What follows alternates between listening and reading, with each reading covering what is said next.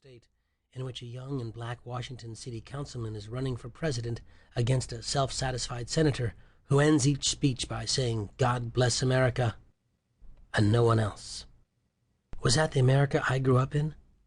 That was my state of mind when I picked up Tony Jett's excellent book, Postword, which is subtitled A History of Europe Since 1945, published in 2005.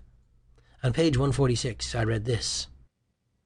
As the Soviet troops tightened their control over surface connections into the city, the American and British governments decided upon an airlift to provision their own zones, and on June 26th, the first transport plane landed at Tempelhof in the American sector of West Berlin.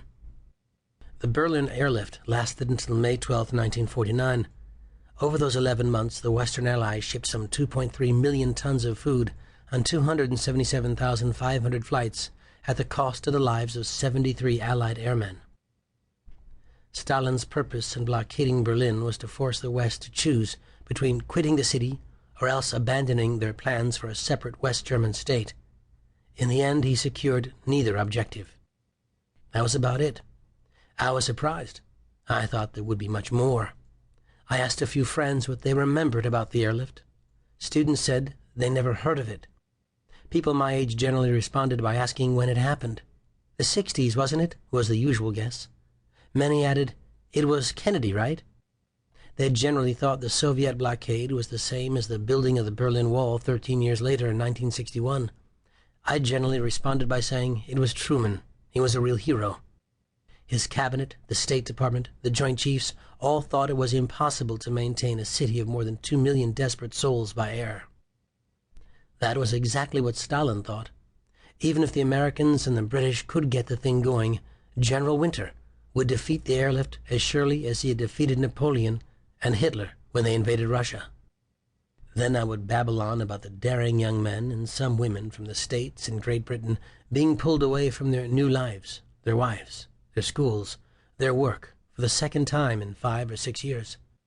This time they were supposed to feed the people they'd been trying to kill, and who had been trying to kill them only 3 years earlier. The airlift, Tom Brokaw might say, was the last act of what he called the greatest generation. It was interesting trying to bring to life the stories of Truman and Stalin and of other men of history. Ernest Bevin, the language-mangling foreign minister of Great Britain. Ernst Reuter, the mayor of Berlin. The great generals who opposed the airlift. George Marshall and Omar Bradley. And the younger ones who made it happen. Lucius Clay, Curtis LeMay, Joseph Smith, and William Tunner. Great men.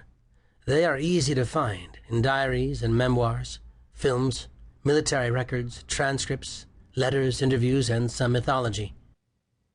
It was harder but more rewarding to collect the stories of the uncelebrated airmen, mechanics, weathermen, ground controllers, and uncommon laborers who were among the 60,000 men and women who kept the airlift going for more than a year.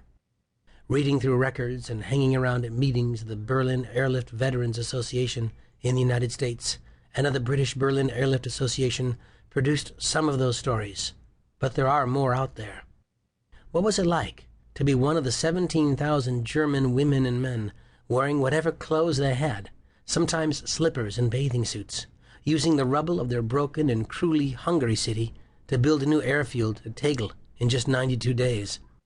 It was an unforgettable sight, said an American colonel who had been a B-17 pilot bombing the old German capital. Women in high heels pushing heavy wheelbarrows, men who looked like doctors or professors and probably were wielding shovels. What was it like to be one of the pilots who received telegrams from the president and were back in uniform within 48 hours? What was it like to be one of the American enlisted men? High school kids, said Clay, supervising Luftwaffe mechanics recruited and retrained by the Allies to keep the C-54s flying loads of coal and fuel from 8 bases in West Germany to Royal Air Force Station Gatow, Tempelhof, and Tegel airports.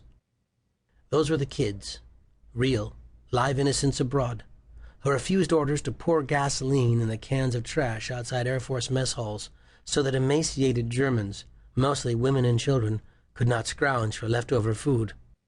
Soon enough, German mothers were telling their children that the Americans were angels in uniform. That was hardly true, and not all Germans were devils, but this great and amazing effort did tend to bring out